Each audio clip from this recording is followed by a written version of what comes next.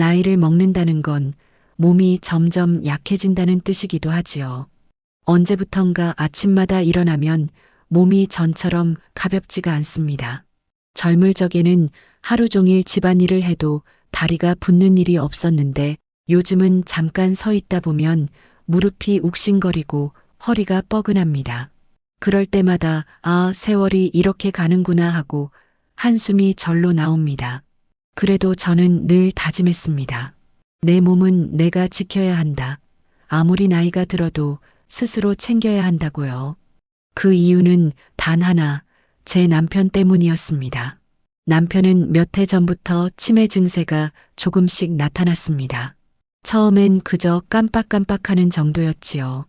식탁에 놓은 반찬을 먹고 여보, 반찬 좀 내오시오. 하며 바로 앞에 있는 반찬을 또 찾을 때면 저는 웃으며 거기 있잖아요 하고 넘겼습니다. 그땐 설마 치매일 줄은 몰랐습니다. 하지만 그게 시작이었어요. 하루, 이틀, 한 달, 두 달이 지나면서 남편의 기억은 점점 희미해졌습니다. 제가 밥을 차려주면 이거 누가 해줬어? 하고 물었고 같이 산 지 40년이 넘은 저를 보고 아주머니, 누구시죠? 할 때면 가슴이 철렁 내려앉았습니다. 그때부터 저는 마음을 다잡았습니다. 남편이 저를 잊어도 나는 남편을 잊지 않겠다고요. 그게 부부의 인연이니까요. 그래서 저는 제 몸을 철저히 관리했습니다. 당뇨가 있었지만 밥 한 숟갈, 간장 한 방울까지 조심했습니다. 남편이 옆에 있는 한 제가 무너지면 안 된다는 생각뿐이었습니다. 누군가는 끝까지 남편을 챙겨야 했으니까요.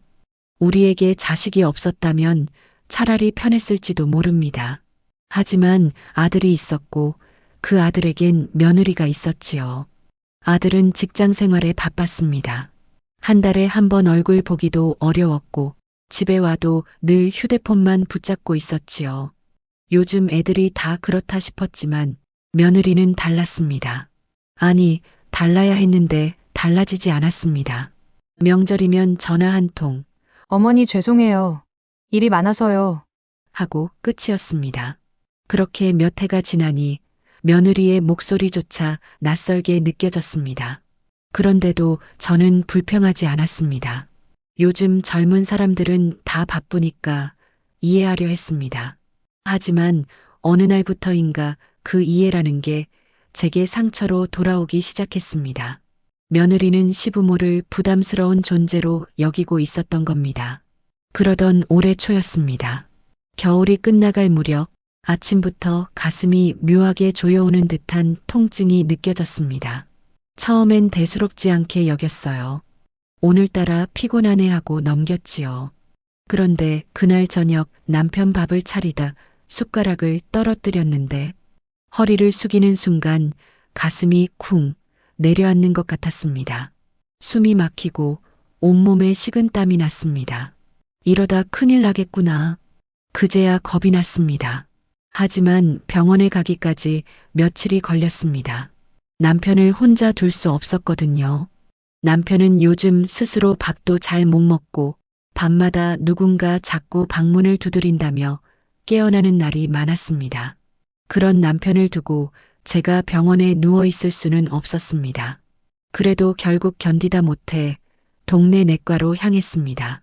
심전도 검사, 피 검사, 여러 검사를 마치고 며칠 뒤 병원에서 연락이 왔습니다. 큰 병원으로 가셔야 합니다. 결과가 좋지 않습니다. 순간 머릿속이 하얘졌습니다. 심장에 이상이 있다는 말이었습니다. 정확히는 협심증 의심, 입원 요망. 의사는 조용히 말했습니다. 심장은 언제든 문제를 일으킬 수 있습니다. 시한폭탄과 같습니다. 그 말을 듣는 순간 머리가 멍해졌습니다.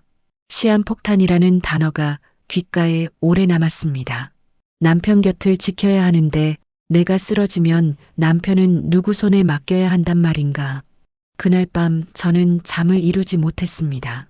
병원에서 권하는 입원을 미루며 머릿속에 떠오르는 사람은 단 한 명, 며느리뿐이었습니다.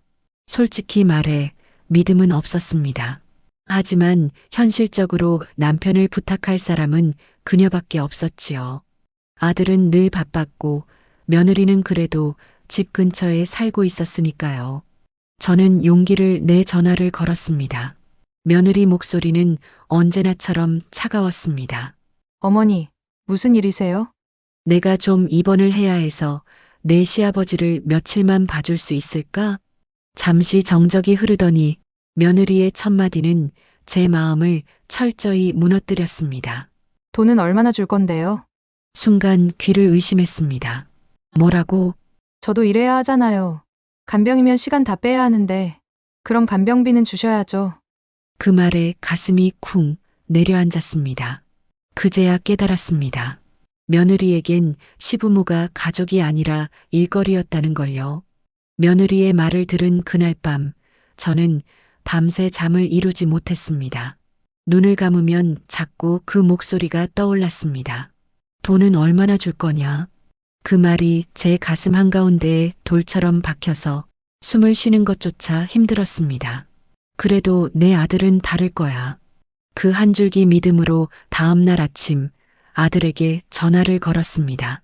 얘야, 내 아내한테 부탁 좀 했는데 너무 서운한 말을 하더라. 제 목소리가 떨렸습니다. 아들은 잠시 말을 멈추더니 담담하게 대답했습니다. 엄마, 아내도 자기 일 해야 하잖아요. 그런 부탁을 하면 당연히 보상은 있어야죠. 보상이라니 내 아버지를 봐주는 게 돈으로 따질 일이냐? 제가 그렇게 묻자 아들은 한숨을 내쉬었습니다. 요즘 세상에 누가 공짜로 간병을 해요. 엄마도 좀 현실적으로 생각해야죠.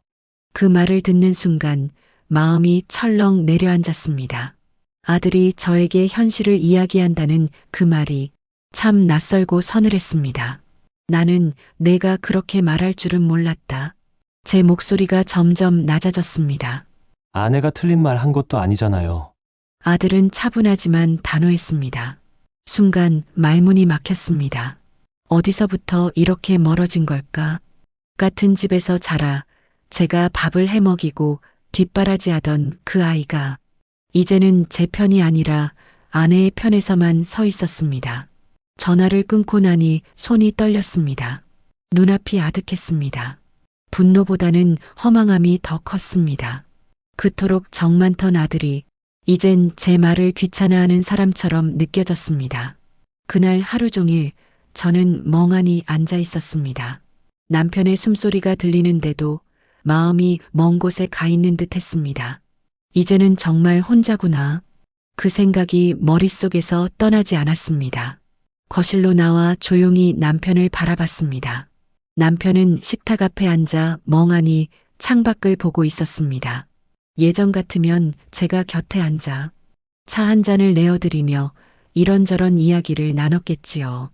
하지만 지금은 말없이 바라보는 것만으로도 마음이 아렸습니다. 그때 갑자기 가슴이 다시 조여왔습니다. 심장이 움켜쥐어지는 듯한 통증이 밀려왔고 숨을 고르며 의자에 앉았습니다. 이러다 쓰러지면 어떻게 하지? 남편은 저를 의지하고 있는데 제가 쓰러지면 이 사람은 어디로 가야 하나? 며느리는 돈이 없으면 움직이지 않을 것이고 아들은 아내 눈치만 볼 것입니다. 그 생각이 들자 더 이상 시간을 끌면 안 되겠다는 판단이 섰습니다. 누군가 믿을 만한 사람에게 맡겨야 한다는 절박함이 마음을 채웠습니다. 그날 오후 오랜 친구에게 전화를 걸어 간병인에 대해 물었습니다. 혹시 믿을 만한 분 알아요? 친구는 조심스럽게 몇몇 연락처를 알려줬습니다. 하나하나 전화를 돌리며 상황을 설명했습니다. 남편이 치매라 혼자 두기 어렵습니다. 경험 있으신 분이면 좋겠어요. 며칠 뒤 한 간병인에게서 전화가 왔습니다. 목소리는 차분했고 말투에는 진심이 묻어났습니다. 걱정하지 마세요. 어르신 모시는 일 오래 해왔습니다. 그 짧은 한마디가 제 마음을 놓이게 했습니다. 전화를 끊고 한참 동안 앉아 있었습니다. 눈물이 고이려는 걸 꾹 참으며 속으로 되뇌었습니다. 그래, 이제는 이 길밖에 없다. 그날 밤 잠자리에 들기 전 남편의 이불을 덮어주며 조용히 속삭였습니다. 당신 잠시만 기다려요. 내가 꼭 나아서 다시 곁에 있을게요. 남편은 제 얼굴을 멍하니 바라보다가 이내 눈을 감았습니다. 그 표정에는 아무 감정이 없었지만 그게 오히려 더 가슴을 저리게 했습니다. 불 꺼진 방 안에서 한참을 앉아 있었습니다. 남편의 숨소리, 벽시계의 초침소리, 그 사이에 섞인 제 마음의 소리가 들렸습니다. 두려움, 외로움, 그리고 아주 작은 안도감. 이제야 겨우 결심을 내렸다는 안도감이었습니다. 내가 무너지면 이 사람도 무너진다. 그러니 지금은 나부터 살자. 그렇게 마음을 다잡으며 저는 조용히 내일 병원에 전화를 걸어 입원 일정을 잡기로 했습니다. 며칠 뒤 약속한 간병인분이 집으로 오셨습니다. 문을 여는 순간 낯선 공기가 집안에 스며들었습니다. 남편과 단둘이 지내던 집안에 처음으로 다른 사람의 발소리가 울렸습니다. 그 발소리는 이상하게도 안도감과 함께 쓸쓸함을 남겼습니다. 간병인분은 조용하고 차분한 분이었습니다. 말이 많지 않았지만 눈빛에는 오랜 세월 어르신을 모셔온 분만의 따뜻함이 느껴졌습니다. 남편 앞에 앉아 조심스레 손을 잡는 모습이 믿음직스러워 보였습니다. 남편은 처음 보는 낯선 사람을 잠시 바라보다가 이내 고개를 돌리셨습니다. 그 단순한 행동 하나에도 제 마음은 조용히 저려왔습니다. 짐을 챙기며 거실을 오갔습니다. 병원에서 요구한 서류와 약 봉투, 여벌 옷 몇 벌이 전부였습니다. 가방을 닫기 전 문득 고개를 들어 집안을 바라보았습니다. 10수년을 살아온 집인데도 그날따라 낯설게 느껴졌습니다. 식탁 위에는 식은 밥그릇이 그대로 남아 있었고 거실의 낡은 소파에는 남편의 담요가 가지런히 놓여 있었습니다. 그 모든 풍경이 저를 붙잡는 듯 했습니다.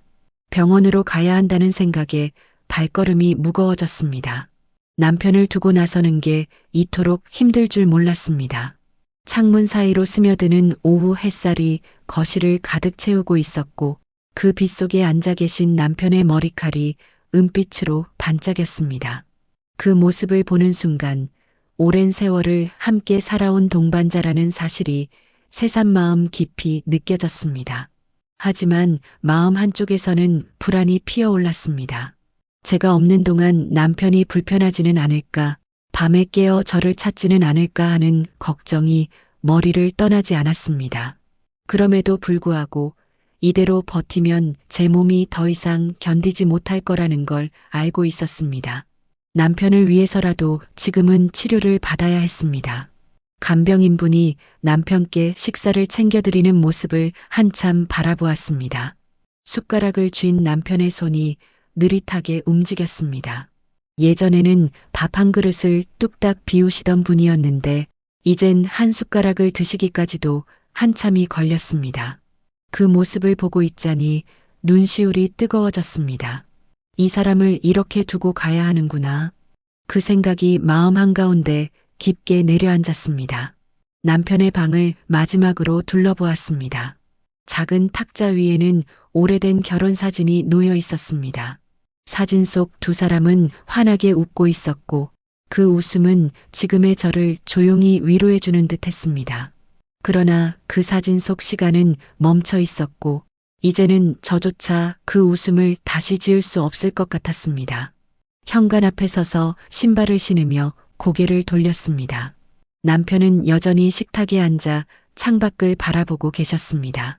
그 등 뒤로 오후의 햇살이 길게 드리워졌고 그 그림자 속에서 저는 지난 세월의 모든 기억을 떠올렸습니다.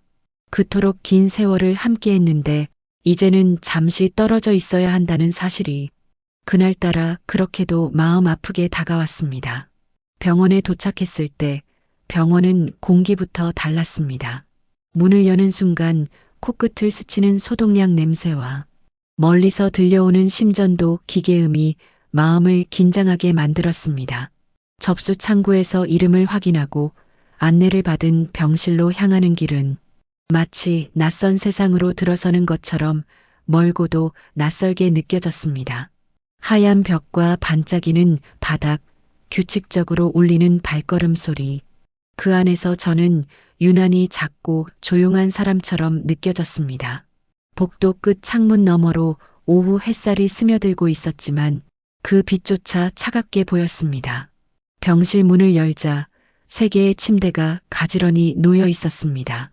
각 침대마다 이름표가 붙어 있었고 그 위로 얇은 커튼이 반쯤 닫혀 있었습니다. 같은 방의 환자들은 이미 잠들어 있거나 조용히 텔레비전을 바라보고 있었습니다. 낯선 얼굴들, 익숙하지 않은 숨소리, 그 모든 것이 제게는 어딘가 어색하고 멀게만 느껴졌습니다. 짐을 내려놓고 침대에 앉았지만 마음은 좀처럼 가라앉지 않았습니다. 아까 집을 나올 때의 남편 얼굴이 계속 떠올랐습니다. 간병인분이 곁에 있다고 해도 남편이 저를 찾지는 않을까, 식사는 잘하셨을까 하는 생각이 머릿속을 떠나지 않았습니다. 병실 한켠에서는 환자 한 분이 조용히 간호사에게 무언가를 물었습니다. 그 작은 대화 소리조차 낯설게 들렸습니다.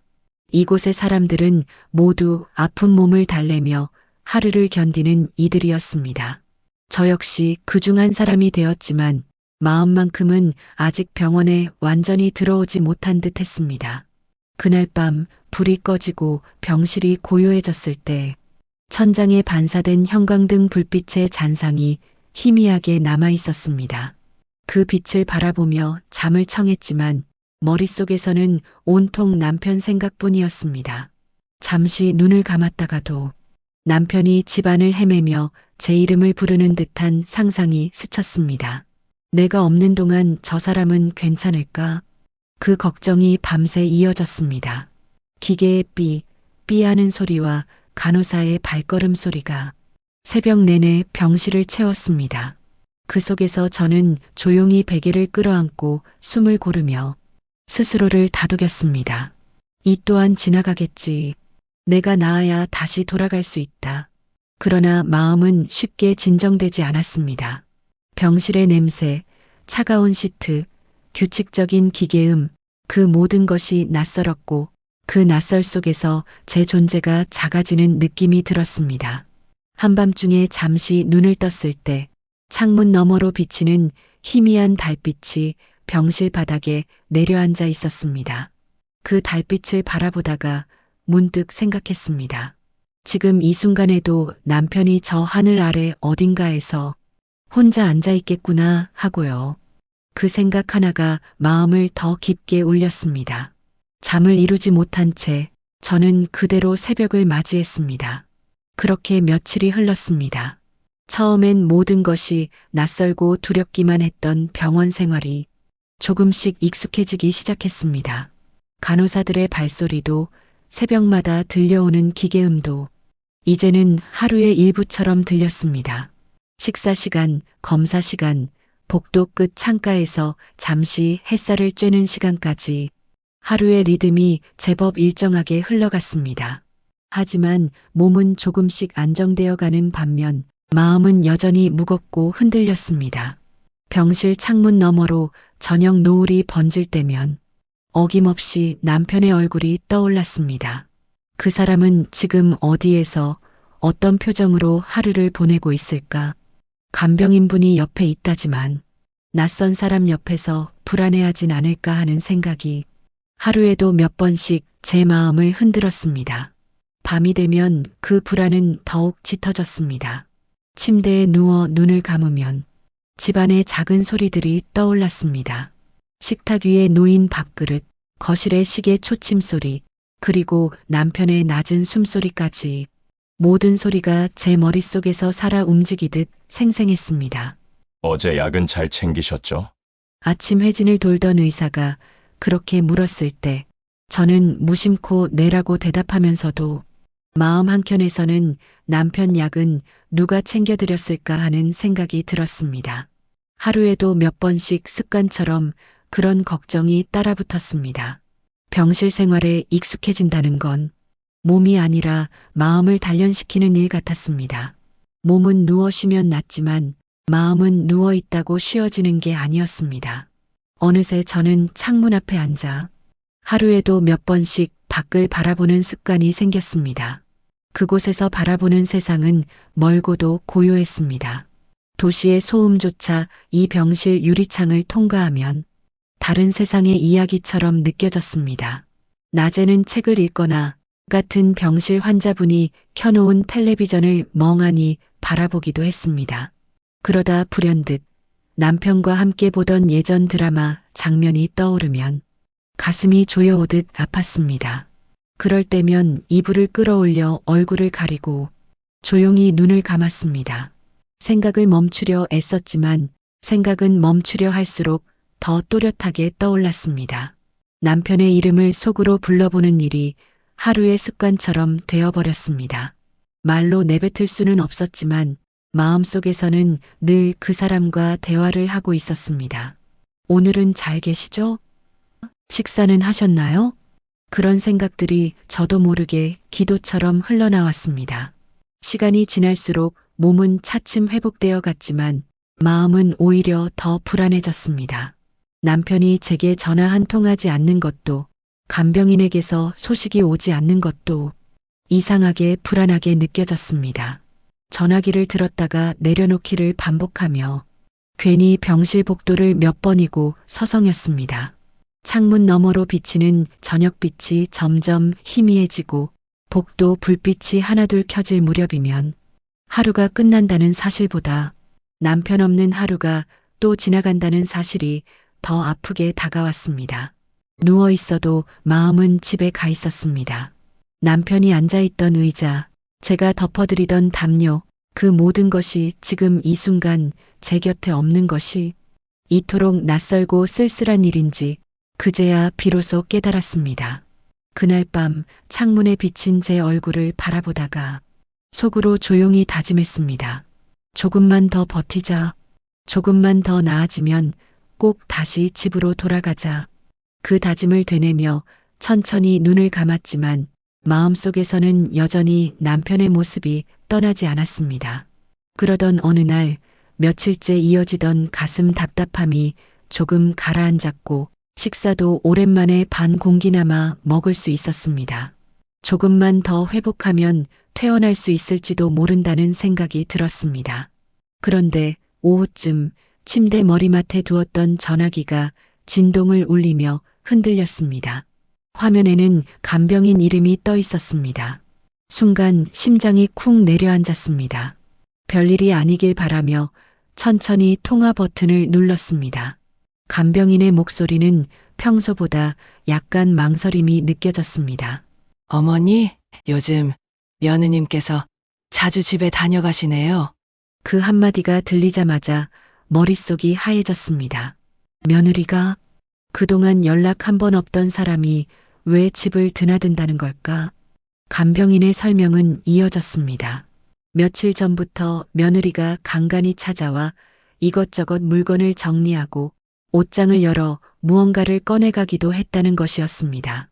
간병인은 혹시나 해서 연락을 드린 거라고 했습니다. 혹시 허락하신 일인지 궁금했다고 말했습니다. 순간 입이 떨어지지 않았습니다. 머릿속에서는 여러 생각이 뒤엉켰습니다. 무슨 일이지? 왜 말도 없이? 의심하고 싶지 않았지만 마음 한구석에서는 왠지 불길한 예감이 피어올랐습니다. 통화를 마치고도 한참 동안 멍하니 앉아 있었습니다. 창밖에서는 햇빛이 서서히 저물고 있었지만 그 빛은 전보다 훨씬 더 희미하고 차갑게 느껴졌습니다. 손끝이 떨렸습니다. 남편이 혹시 혼자 있는 집안에서 불편해하지는 않을까, 혹은 며느리가 남편에게 무언가 불편한 말을 하진 않았을까, 걱정이 꼬리에 꼬리를 물었습니다. 그동안 연락조차 없던 며느리가 갑자기 집을 오간다는 것이 쉽게 납득되지 않았습니다.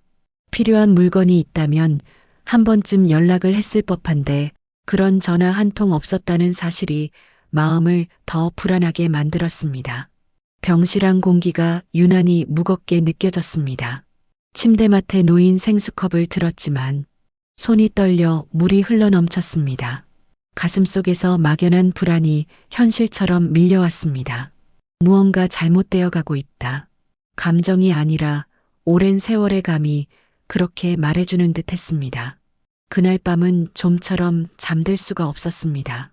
눈을 감으면 며느리가 집안을 오가는 모습이 그려졌습니다. 옷장을 열고 서랍을 뒤지고 무언가를 챙겨나가는 장면이 머릿속에 그려졌습니다. 그것이 단지 상상이라 하더라도 그 불안감은 결코 쉽게 가시지 않았습니다. 전화기를 손에 쥔 채 한참을 망설였습니다. 지금이라도 집에 전화를 걸어 확인을 해야 할지, 혹은 간병인에게 다시 연락을 해야 할지, 여러 생각이 머릿속을 뒤섞었습니다. 하지만 병원 복도를 따라 퍼지는 정적 속에서 저는 결국 아무 말도 하지 못했습니다. 무언가를 확인하기에는 이미 두려움이 너무 커져 있었습니다. 그날 밤 창밖에는 비가 내렸습니다. 창문에 맺힌 빗방울이 하나둘 흘러내리는 걸 바라보며 저는 조용히 중얼거렸습니다. 제발 아무 일도 없기를. 그 작은 바람조차 마치 허공으로 흩어지는 듯 했습니다. 그렇게 며칠이 흘렀습니다. 그동안 병원 생활은 조금 더 익숙해졌지만 마음속 불안은 사라지지 않았습니다. 하루에도 몇 번씩 남편과 집 생각이 스쳐갔고 밤이 되면 며느리의 낯선 그림자가 머릿속을 스쳤습니다. 간병인의 그 전화 이후로는 아무 연락이 없었지만 그 조용함이 오히려 더 불안하게 느껴졌습니다. 그날 오후 점심을 마치고 잠시 병실 창가에 서 있던 중 휴대전화가 다시 진동을 울렸습니다. 화면에 떠오른 이름은 또다시 간병인이었습니다. 순간 심장이 빠르게 뛰기 시작했습니다. 손끝이 떨렸고 통화 버튼을 누르는 순간까지도 입안이 마르고 숨이 가빠졌습니다. 수화기 너머로 들려온 간병인의 목소리는 평소보다 조심스러웠고 어딘가 망설이는 기운이 느껴졌습니다. 그는 잠시 말을 아끼더니 낮은 목소리로 전했습니다. 며느리가 요 며칠 사이 거의 매일같이 집에 들렀다고 했습니다. 하루는 잠깐, 하루는 두세 시간씩 머물렀으며 남편에게 이것저것 묻기도 하고 집안 물건을 옮기거나 서류를 챙겨가는 모습도 있었다고 했습니다. 그 말을 듣는 순간 손에 쥔 전화기가 미세하게 흔들렸습니다. 무슨 이유로 그런 일을 하는 걸까? 집에 볼 일이 있다면 왜 나에게 한마디 상의도 없이 움직이는 걸까? 간병인은 혹시 중요한 일인 것 같아 연락을 드린 거라며 조심스레 상황을 설명했습니다. 그 말투 속에는 걱정과 의심이 함께 섞여 있었습니다. 통화를 마치고 난 뒤 한참 동안 말없이 창밖만 바라보았습니다. 햇살이 하얗게 병실 바닥에 내려앉아 있었지만 그 따스함은 전혀 느껴지지 않았습니다. 머릿속에서는 계속 며느리의 모습이 떠올랐습니다. 손에 서류를 들고 방안을 서성이며 무언가를 챙겨나가는 모습이 마치 눈앞에서 펼쳐지는 듯 했습니다. 혹시 남편에게 무슨 말을 한 건 아닐까? 그 생각이 떠오르자 가슴이 답답해졌습니다. 남편은 치매로 기억이 오락가락하는데 그 약한 마음을 며느리가 이용하고 있는 건 아닐까 하는 막연한 불안이 점점 현실처럼 다가왔습니다. 잠시 병실 문 밖으로 나가 복도 끝 의자에 앉았습니다. 그곳에서도 불안은 진정되지 않았습니다. 의자 위에 두 손을 모으고 고개를 숙이자 심장의 박동이 귀까지 들리는 듯 했습니다. 그 소리는 조용한 병원의 공기 속에서도 유난히 또렷했습니다. 며느리가 어떤 의도로 그렇게 자주 드나드는지 확인할 방법은 없었습니다. 몸은 병원에 묶여 있었고 집으로 돌아가려면 아직 시간이 필요했습니다. 하지만 마음은 이미 병원 밖으로 달려가 있었습니다. 남편이 있는 집안, 그곳에서 벌어지고 있을지 모르는 일들에 대한 불안과 의심이 꼬리에 꼬리를 물었습니다. 그날 저녁 식사를 하려 해도 밥맛이 없었습니다. 숟가락을 들었다가 그대로 내려놓고 한참 동안 아무 말 없이 앉아 있었습니다. 창문 너머로 보이는 불빛들이 하나둘 켜져갔고 그 빛들을 바라보며 생각했습니다. 무언가 잘못되고 있다. 하지만 지금의 나는 아무것도 할 수가 없다. 그 무력함이 서서히 마음을 잠식했습니다. 병실의 공기가 점점 무거워지고 기계음이 한층 더 크게 울리는 듯 했습니다. 불 꺼진 병실 안에서 조용히 눈을 감았지만 그 어둠 속에서도 며느리의 그림자가 지워지지 않았습니다. 며느리가 자주 집을 드나든다는 간병인의 말이 머릿속을 떠나지 않았고 그 이후로는 하루하루가 조용한 초조함 속에 흘러갔습니다. 그러던 어느 날 오후 병원 복도 끝 의자에 앉아있던 제게 휴대전화가 다시 울렸습니다. 화면에 익숙한 이름이 떠올랐습니다. 간병인이었습니다. 순간 심장이 다시 한번 크게 뛰었습니다. 이번엔 또 무슨 일일까?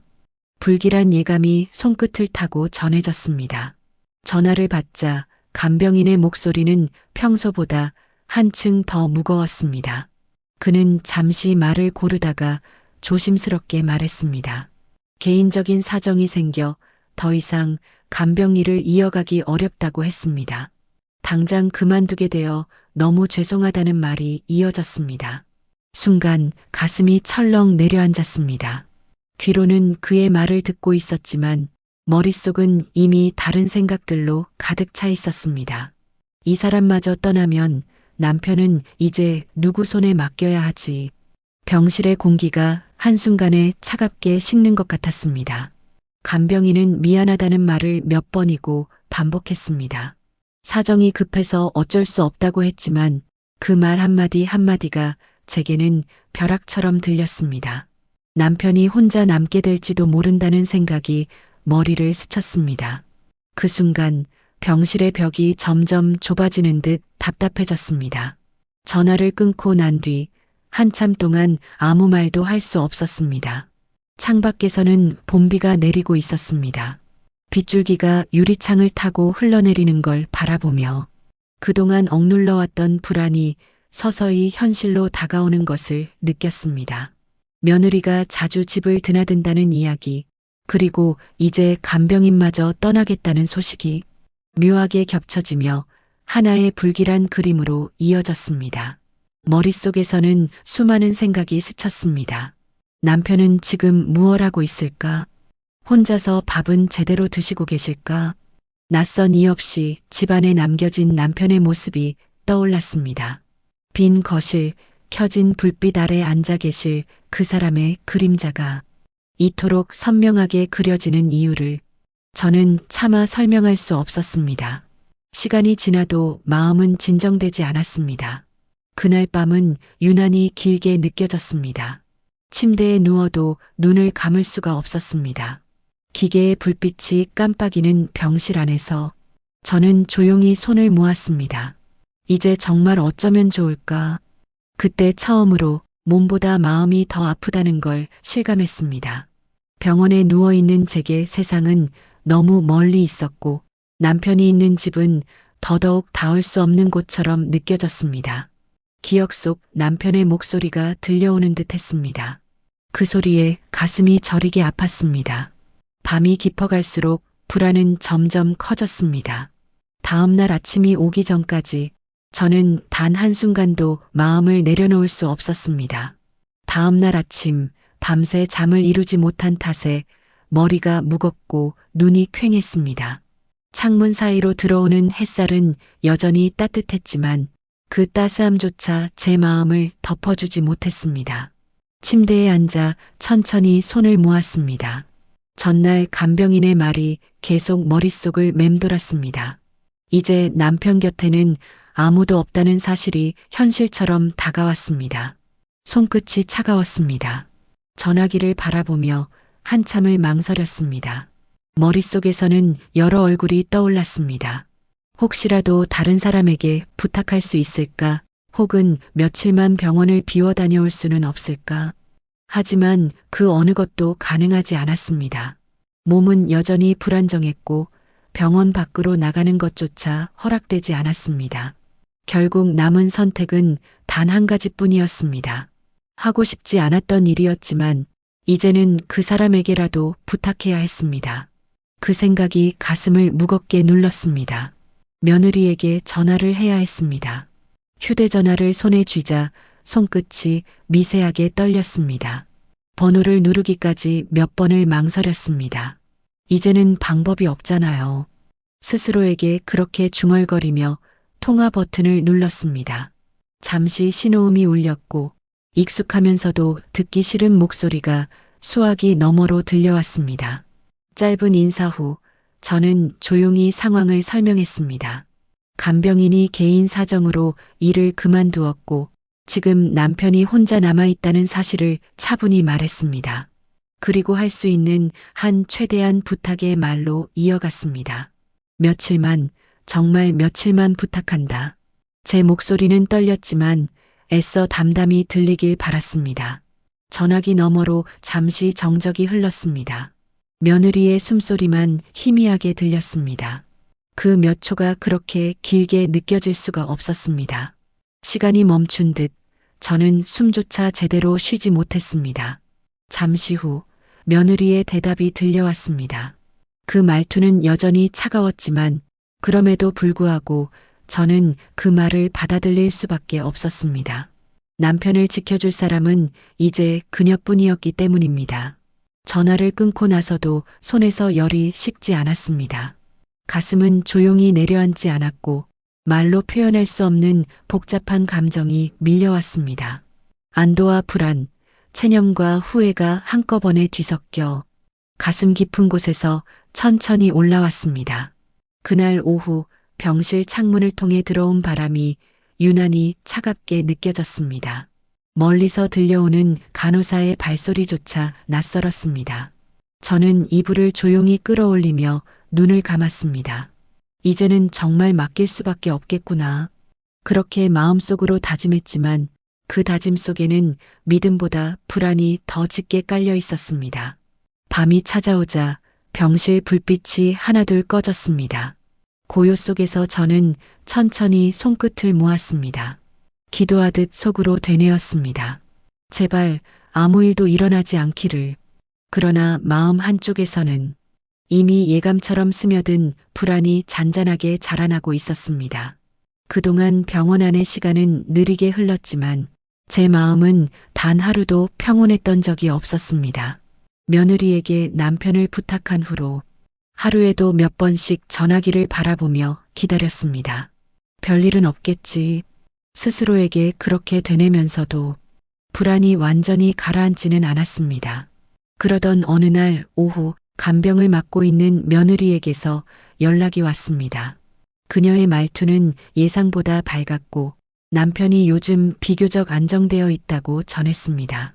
식사도 거르지 않고 드시며 밤에 크게 불편해하지 않는다는 이야기였습니다. 그 말을 듣는 순간 가슴이 조금 놓였습니다. 긴장으로 굳어있던 어깨가 천천히 풀렸습니다. 그래, 그래도 다행이구나. 그동안 쌓여있던 걱정이 잠시나마 흩어지는 듯 했습니다. 하지만 이상하게도 그 안도감은 오래가지 않았습니다. 며느리의 설명이 너무 매끄럽고 간결했습니다. 마치 오랜 시간 돌봐온 사람처럼 남편의 상태를 너무 세세하게 알고 있었습니다. 하루 세 끼의 식사 시간, 약 복용 시간, 심지어 남편이 가장 자주 앉는 의자의 위치까지 이야기했습니다. 그런 세세한 부분을 들으면서 한편으로는 감사했지만 다른 한편으로는 설명할 수 없는 낯설미 밀려왔습니다. 그녀가 전화를 마치며 걱정하지 마세요라고 말했을 때 그 목소리 속에서 묘하게 차가운 여운이 느껴졌습니다. 고맙다는 말이 입술까지 맴돌았지만 끝내 그 말을 꺼내지 못했습니다. 전화를 끊은 뒤에도 손에서 열이 가시지 않았습니다. 뭔가 모르게 어색하고 마음 어딘가가 서늘하게 식어갔습니다. 며느리가 남편을 돌보고 있다니 그것만으로도 감사해야 할 일이었습니다. 하지만 제 마음속에서는 어쩐지 설명하기 어려운 불안이 잔잔히 고개를 들었습니다. 남편이 정말 편안할까? 며느리가 전한 말이 모두 사실일까? 확신할 수 없었습니다. 그날 밤 병실 불이 모두 꺼지고 천장에 희미한 불빛만이 남았을 때 저는 이불을 가슴께까지 끌어올렸습니다. 눈을 감으려 해도 머릿속에는 남편의 얼굴이 자꾸 떠올랐습니다. 며느리의 손에 이끌려 약을 드시는 모습, 잠든 듯 앉아 계신 모습이 그려졌습니다. 그 장면들이 현실인지 상상인지 구분되지 않았습니다. 며느리가 보내온 말들은 분명 좋은 소식이었습니다. 하지만 그 안에는 생생한 온기 대신 어딘가 계산된 듯한 차분함이 깔려 있었습니다. 그 미묘한 감정이 마음속에서 자꾸 걸렸습니다. 감사해야 할 상황인데도 마음은 왠지 모르게 무겁고 불편했습니다. 창문 너머로 보이는 달빛이 병실 바닥에 길게 드리워졌습니다.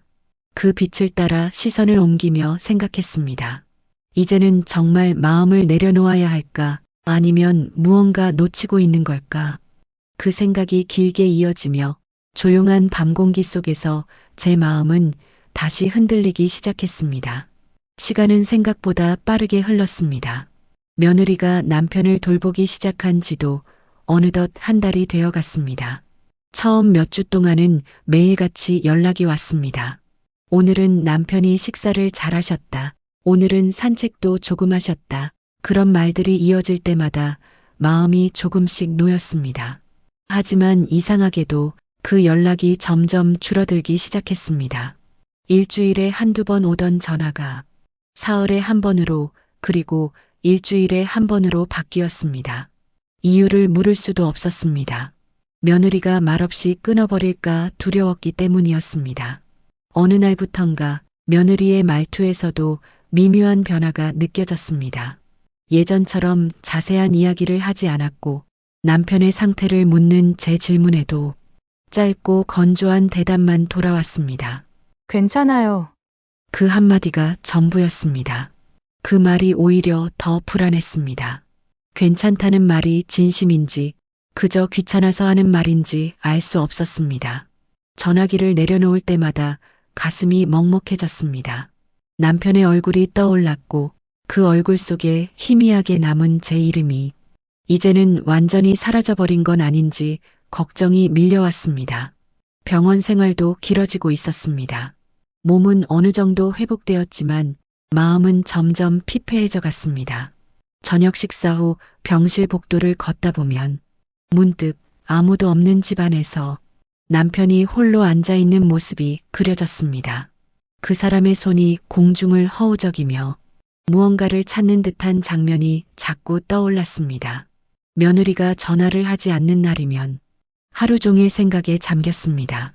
정말 잘 지내고 있을까? 혹시 내가 모르는 일이 생긴 건 아닐까? 그 의문이 마음속에 쌓여가면서 불안은 점점 확신으로 변해갔습니다. 그날 밤 잠을 이루지 못한 채 침대에 앉았습니다. 창문 너머로는 봄비가 조용히 내리고 있었습니다. 방 안은 고요했지만 제 마음속은 소용돌이처럼 뒤섞여 있었습니다. 이대로 병원에만 누워 있을 수는 없다는 생각이 점점 더 강하게 올라왔습니다. 몸은 아직 완전히 회복되지 않았지만 마음은 이미 결심을 굳히고 있었습니다. 이제는 직접 봐야겠다. 남편의 상태를 눈으로 확인하지 않고는 이 불안을 견딜 수 없을 것 같았습니다.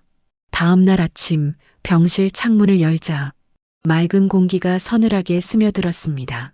멀리서 들려오는 새소리가 유난히 또렷하게 들렸습니다. 그 순간 마음 한구석이 조용히 정리되는 듯 했습니다. 그래, 이제는 내가 나가야 한다. 손에 힘이 들어갔습니다. 의사의 허락을 구하고 상담실에 들러 퇴원 일정을 조심스레 문의했습니다. 병원 관계자의 표정 속에는 걱정이 스쳤지만 제 결심을 막을 수는 없었습니다. 그날 저녁 침대에 앉아 천천히 가방을 정리했습니다. 남편에게 돌아갈 준비였습니다. 그토록 기다리던 순간이었지만 그 마음 속에는 기대보다 두려움이 훨씬 컸습니다. 병실 불빛이 점점 어두워지고 창가에 저녁 노을이 스며드는 사이 저는 조용히 중얼거렸습니다. 이제는 내가 직접 가서 확인해야 한다. 그 사람의 곁으로 다시 돌아가야 한다. 그 말이 입술 사이에서 흘러나오자 묘한 긴장과 안도감이 동시에 밀려왔습니다. 그 밤 저는 잠들지 못한 채 오랜 시간 눈을 감고 그 집을 떠올렸습니다. 남편의 숨소리, 그리고 어딘가 낯설게 변해 있을지도 모르는 그 집의 공기까지도. 며칠 뒤 저는 마침내 퇴원을 하게 되었습니다. 병원 문을 나서는 순간 차가운 공기가 볼을 스쳤습니다. 그 공기 속에는 낯설지만 익숙한 집의 냄새가 섞여 있는 듯 했습니다. 그동안 병실에 갇혀 있던 답답함이 잠시 풀렸지만 마음 한구석은 여전히 무겁고 조심스러웠습니다. 이제 다시 집으로 간다. 그 한마디가 입안에서 맴돌았습니다. 택시를 타고 창밖을 바라보며 집으로 향했습니다. 오랜만에 보는 거리 풍경은 예전 그대로였지만 제 눈에는 모든 것이 다르게 보였습니다. 길가의 나무 횡단보도, 신호등 불빛 하나하나가 낯선 세상처럼 느껴졌습니다. 심장이 조금씩 빨리 뛰기 시작했습니다. 집이 가까워질수록 손끝이 저릿하게 떨렸습니다. 택시가 집 앞에 멈춰섰을 때 가슴이 세게 뛰었습니다. 익숙한 대문 앞에서 한참을 서 있었습니다. 손잡이를 잡고도 쉽게 열지 못했습니다. 그동안 쌓여있던 모든 불안과 기대가 한꺼번에 밀려왔습니다. 천천히 문을 열었습니다. 안쪽에서 바람이 한 줄기 스며 나왔습니다. 그 바람 속에는 사람의 온기 대신 묘한 정적과 냉기가 섞여 있었습니다. 나왔어요. 입술 사이로 그 말이 흘러나왔지만 대답은 들리지 않았습니다. 거실로 들어서자 눈앞에 펼쳐진 광경에 몸이 굳어졌습니다. 집안은 이상하리만큼 조용했고 무엇보다 텅 비어 있었습니다. 남편이 늘 앉아있던 의자는 비어 있었고 식탁 위에는 아무것도 남아있지 않았습니다. 그릇도 컵도 수저 하나도 보이지 않았습니다. 방 안을 천천히 둘러보았습니다. 옷장문이 반쯤 열려 있었고 남편의 옷 몇 벌이 사라져 있었습니다. 서랍도 비어 있었고 탁자 위에 놓여 있던 사진 액자마저 사라진 채였습니다. 그 순간 머리가 멍해졌습니다. 심장이 덜컥 내려앉는 느낌이었습니다. 여보, 입에서 무의식적으로 소리가 새어나왔습니다. 그러나 대답은 없었습니다. 집안 어디에서도 인기척이 느껴지지 않았습니다. 방문을 하나하나 열어보았지만 그 어디에도 남편의 모습은 보이지 않았습니다. 발끝이 떨리고 시야가 흐려졌습니다. 머릿속이 하얘지면서 현실과 꿈의 경계가 무너지는 것 같았습니다. 그토록 기다렸던 집으로의 귀환이 이토록 냉정한 침묵으로 맞이할 줄은 상상조차 하지 못했습니다. 식탁 앞에 서서 손으로 의자를 만졌습니다.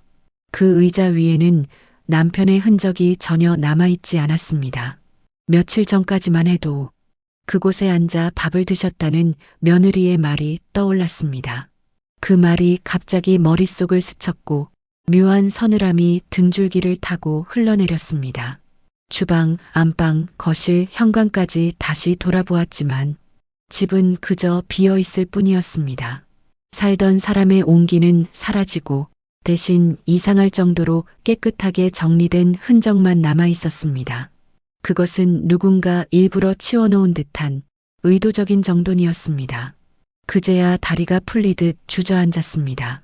손끝이 차갑게 식고 숨이 가빠졌습니다. 남편의 이름을 부르고 싶었지만 입술이 제대로 움직이지 않았습니다. 그저 공허한 거실 안에서 제 목소리만 메아리처럼 흩어졌습니다. 그날 오후의 공기는 무겁고 정적했습니다. 창문 너머로 햇살이 스며들었지만 그 빛마저도 싸늘하게 느껴졌습니다. 집안 어디에도 삶의 흔적이 없다는 사실이 무섭도록 현실적이었습니다. 그 순간 저는 알 수 있었습니다. 무언가 잘못되어 있다는 것을. 이건 단순한 부재가 아니라 누군가 의도적으로 만든 비움이라는 것을. 거실 바닥에 한동안 앉아 있었습니다. 몸을 일으켜야 한다는 생각은 있었지만 다리에 힘이 들어가지 않았습니다. 머릿속은 멍했고 공기조차 무겁게 느껴졌습니다. 도무지 현실이라고 믿기 어려웠습니다. 몇 주 전까지만 해도 남편이 이곳에 있었는데 그 흔적이 온전히 사라졌다는 사실이 가슴을 무겁게 눌렀습니다. 시간이 얼마나 흘렀는지 모르겠습니다. 정신을 가다듬고 주변을 둘러보다 테이블 위에 놓인 전화기를 보았습니다. 가장 먼저 떠오른 사람은 며느리였습니다. 그녀 외에는 이 상황을 설명할 사람이 없었습니다. 손이 떨렸습니다. 번호를 누르며 수없이 망설였습니다. 그녀의 냉소적인 말투가 떠올랐지만 그래도 묻지 않을 수는 없었습니다. 혹시 남편이 어디로 간 건지 그 생각 하나만으로 전화기를 귀에 댔습니다. 신호음이 몇 번 울린 뒤 수화기 너머로 며느리의 목소리가 들렸습니다. 낯익지만 차가운 그 목소리였습니다. 저는 숨을 가다듬고 조심스럽게 물었습니다. 남편이 어디에 있는지, 혹시 무슨 일이 있었는지 알고 있느냐고. 짧은 침묵이 흘렀습니다. 그리고 며느리의 대답은 너무나 단호했습니다. 저도 잘 모르겠어요. 그 한마디가 바늘처럼 가슴을 찔렀습니다. 저는 다시 한번 물었습니다. 그녀는 한숨 섞인 말투로 대꾸했습니다. 요즘 바빠서 신경 쓸 여유가 없어요. 말 끝에는 피곤함과 귀찮음이 섞여 있었습니다. 잠시 아무 말도 하지 못했습니다. 귀를 통해 들려오는 그 무심한 말투가 머릿속을 울리듯 퍼져나갔습니다. 그녀는 제 말을 끈듯 덧붙였습니다. 지금 운전 중이니까 나중에 얘기해요. 뚝 소리와 함께 통화가 끊겼습니다. 휴대전화 화면이 꺼지면서 제 얼굴이 희미하게 비쳤습니다. 그 얼굴에는 말로 표현할 수 없는 허탈함이 깃들어 있었습니다. 그 자리에 한동안 가만히 서 있었습니다. 손에 쥔 전화기는 여전히 따뜻했지만 그 온기가 위로가 되지 않았습니다. 대답을 얻기는커녕 더 깊은 의문과 불안만 남았습니다. 남편이 정말 어디로 간 걸까? 며느리의 말처럼 단순히 모르는 걸까? 아니면 일부러 숨기고 있는 건 아닐까? 생각은 꼬리에 꼬리를 물고 이어졌습니다.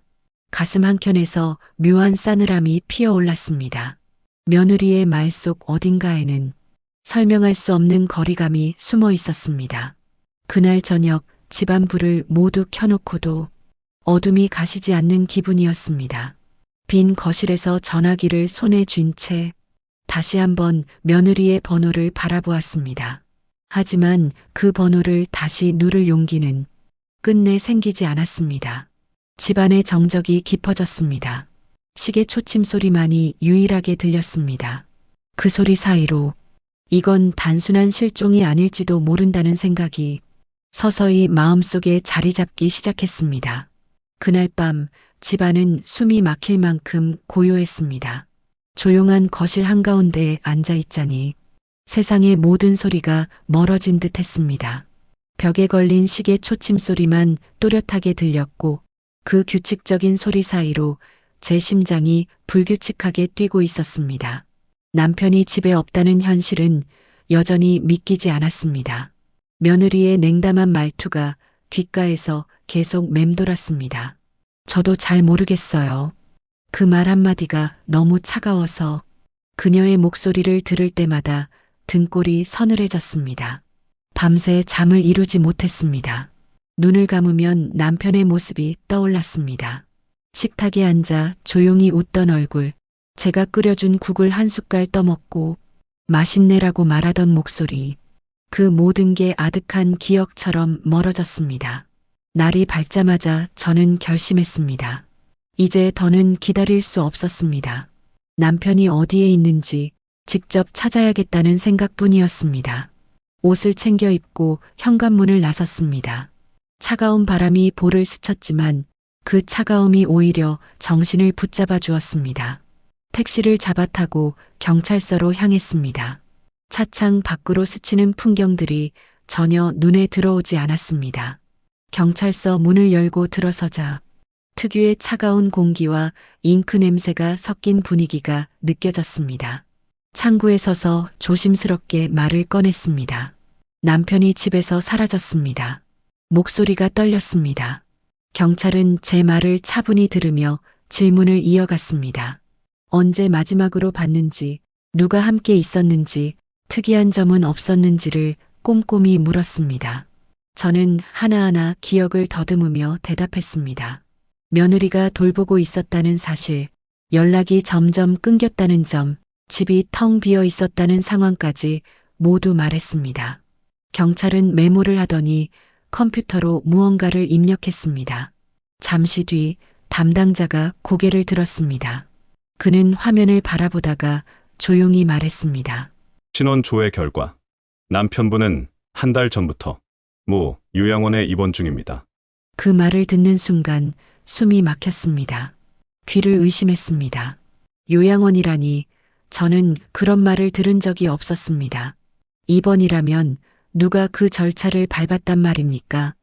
경찰은 병원명과 주소를 적은 종이를 건넸습니다. 그 종이를 받아든 손이 떨렸습니다. 글자가 제대로 읽히지 않았습니다. 한 달 전이라는 말이 머릿속을 맴돌았습니다. 그 시기라면 제가 아직 병원에 입원해 있던 때였습니다. 그때 이미 남편은 이곳에 없었던 것입니다. 무언가 크게 잘못되어 있다는 걸 깨달았습니다.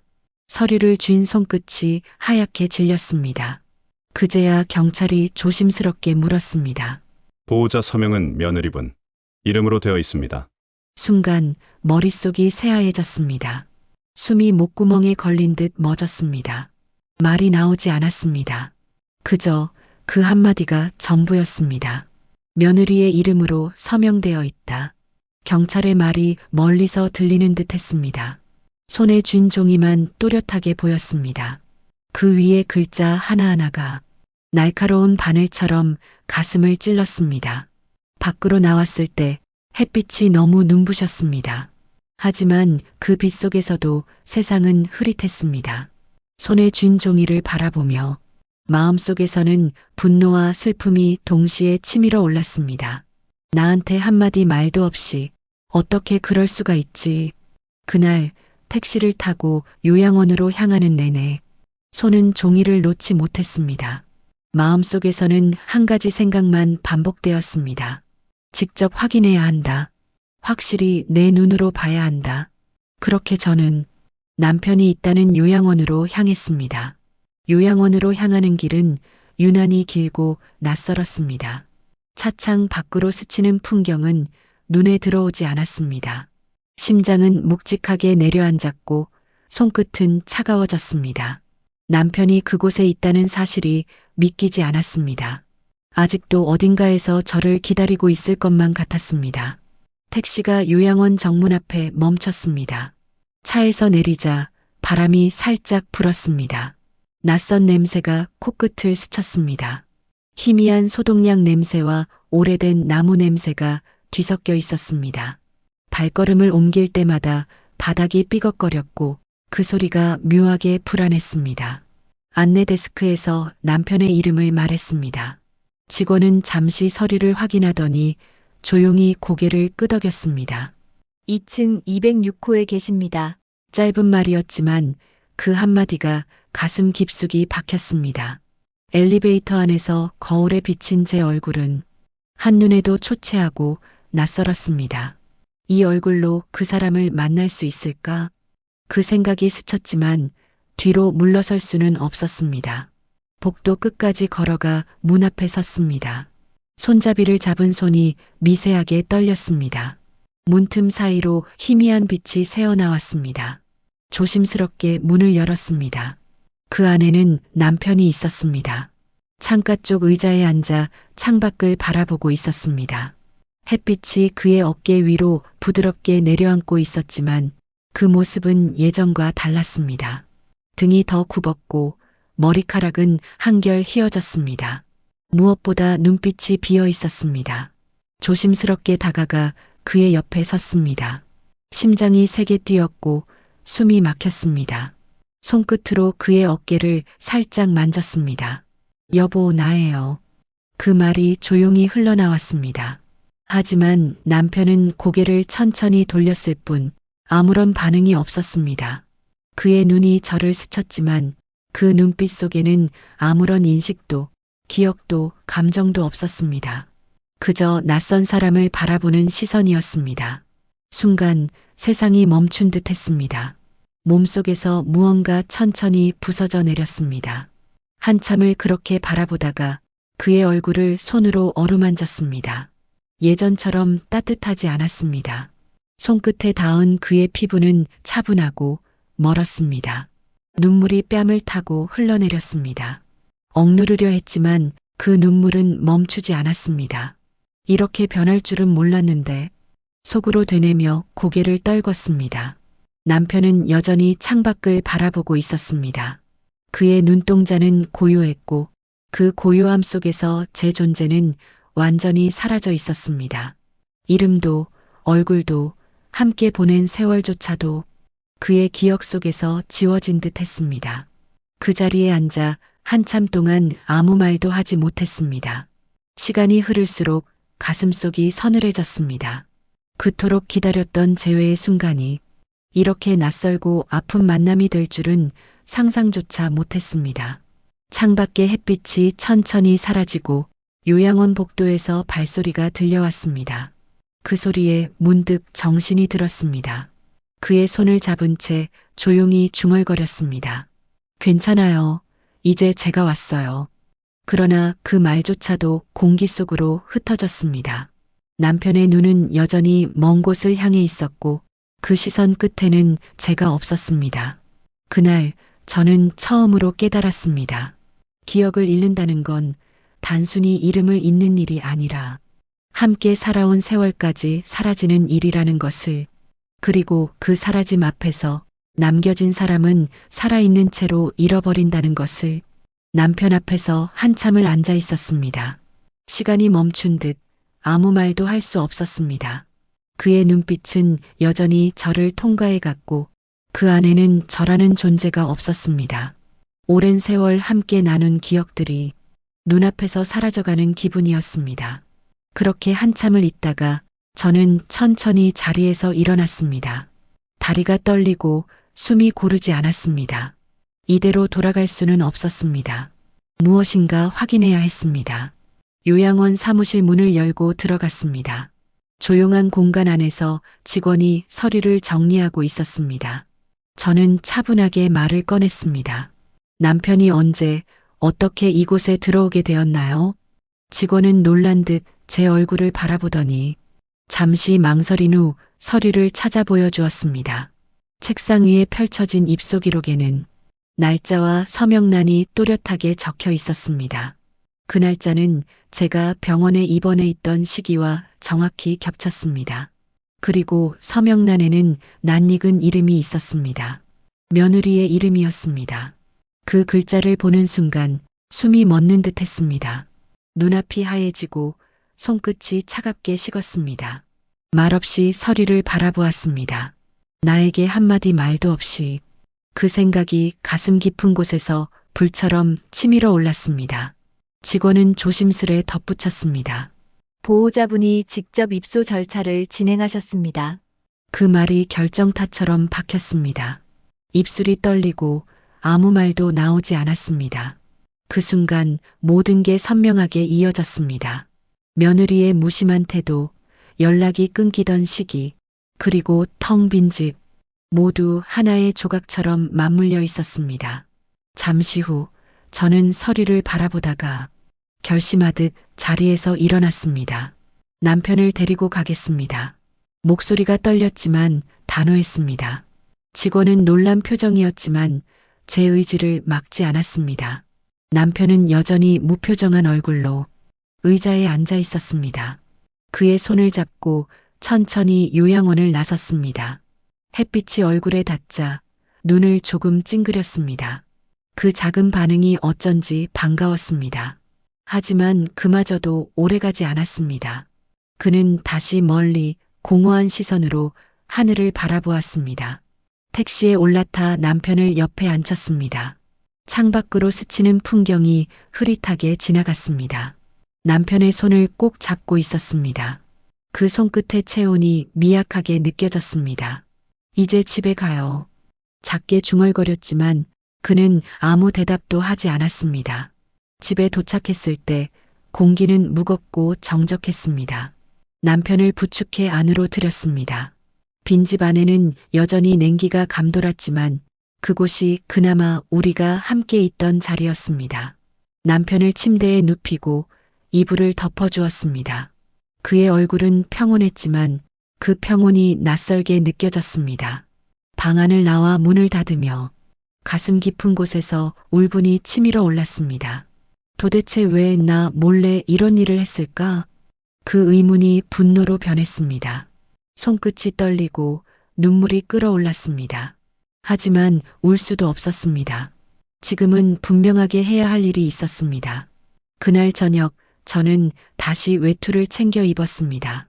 남편을 조용히 재워둔 뒤 무거운 발걸음으로 집을 나섰습니다. 향한 곳은 아들 부부의 집이었습니다. 머릿속은 이미 정리되어 있었습니다. 오늘만큼은 분명히 따져야겠다고, 묻고 넘어가야겠다고 다짐했습니다. 도시의 불빛이 하나둘 켜지는 길을 따라 걸었습니다. 밤 공기가 차가웠지만 가슴속 분노는 오히려 뜨겁게 타올랐습니다. 며느리의 얼굴이, 아들의 무심한 표정이 머릿속에 번갈아 떠올랐습니다. 이 일을 그냥 넘어갈 수는 없다. 손에 힘이 들어갔습니다. 문을 두드릴 때까지 제 마음속의 울분은 조금도 가라앉지 않았습니다. 밤은 깊었지만 마음은 이미 뜨겁게 달아올라 있었습니다. 남편을 집에 눕혀둔 뒤 저는 곧장 길을 나섰습니다. 몸이 무겁고 숨이 가빴지만 발걸음은 멈추지 않았습니다. 억울함과 분노, 그리고 배신감이 온몸을 휘감았습니다. 가로등 불빛 아래서도 제 그림자가 떨리고 있었습니다. 아들 부부의 집 앞에 도착했을 때 문 앞에 서서 한동안 숨을 고르지 못했습니다. 손이 떨렸고 가슴은 빠르게 뛰었습니다. 하지만 되돌아갈 수는 없었습니다. 이제는 반드시 물어야 했습니다.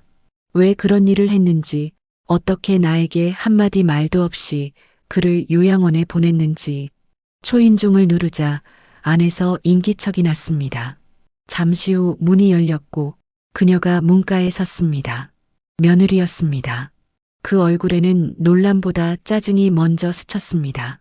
저는 한마디도 하지 못한 채 그녀를 똑바로 바라보았습니다. 그리고 그 시선 속에서 지난 한 달의 분노가 서서히 끓어올랐습니다. 왜 그랬니? 목소리가 떨렸습니다. 그 말 한마디에 담긴 수많은 감정이 폭발하듯 밀려나왔습니다. 그러나 며느리는 고개를 살짝 돌리며 냉담하게 대답했습니다. 치매 걸린 노인을 집에 두는 게 맞나요? 요양원에 있는 게 더 낫잖아요. 그 말에 숨이 막혔습니다. 순간 몸이 반응했습니다. 손이 올라갔습니다. 그녀의 머리채를 단단히 움켜쥐었습니다.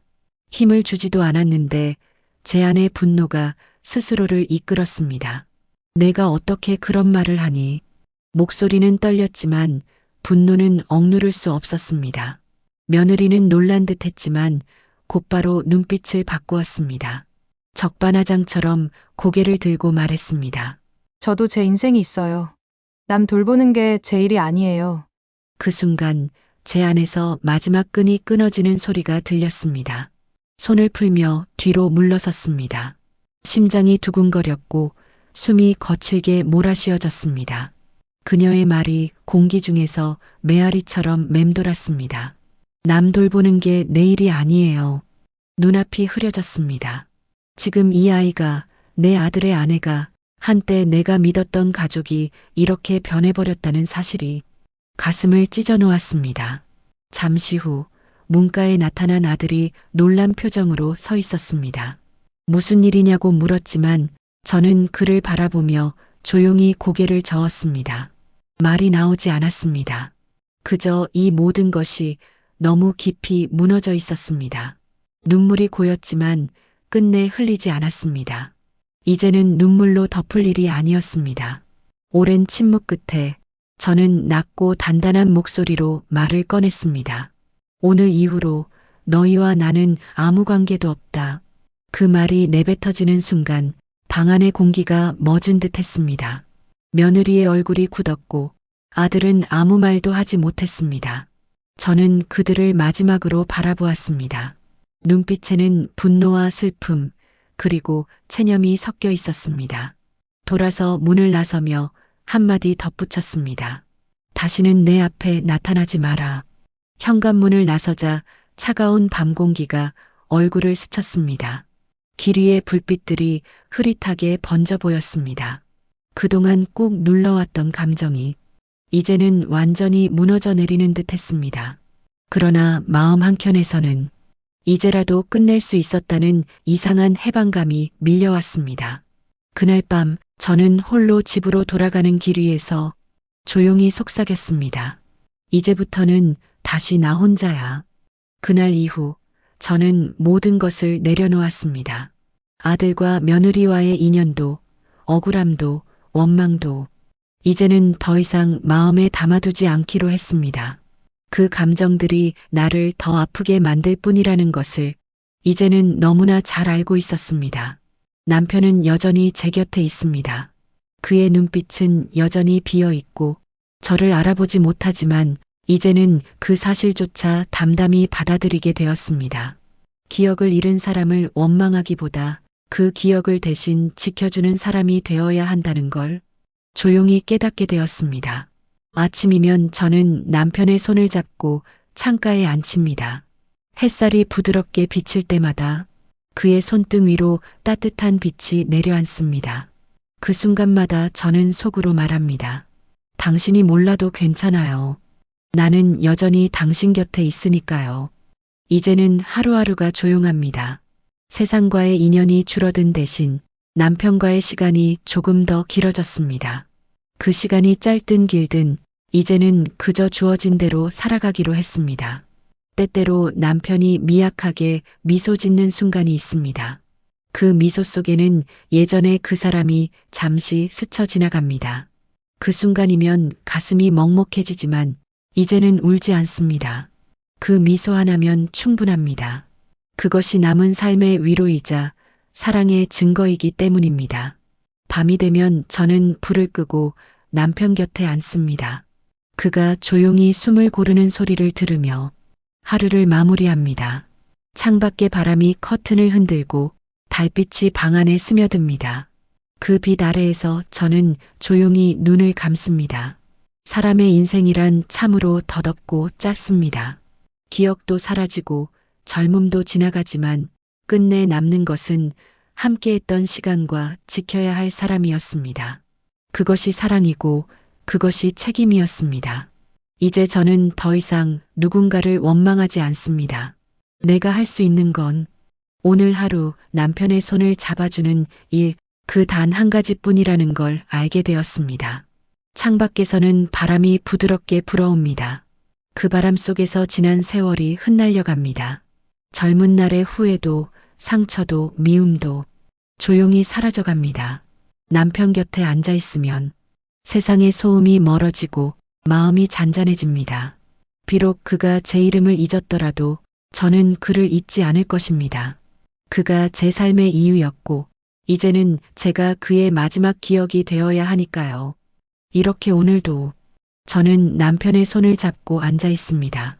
시간은 천천히 흘러가고 그 속에서 저는 조금씩 평온을 배워갑니다. 그것이 아내로서의 마지막 사랑이며 사람으로서의 마지막 책임이었습니다.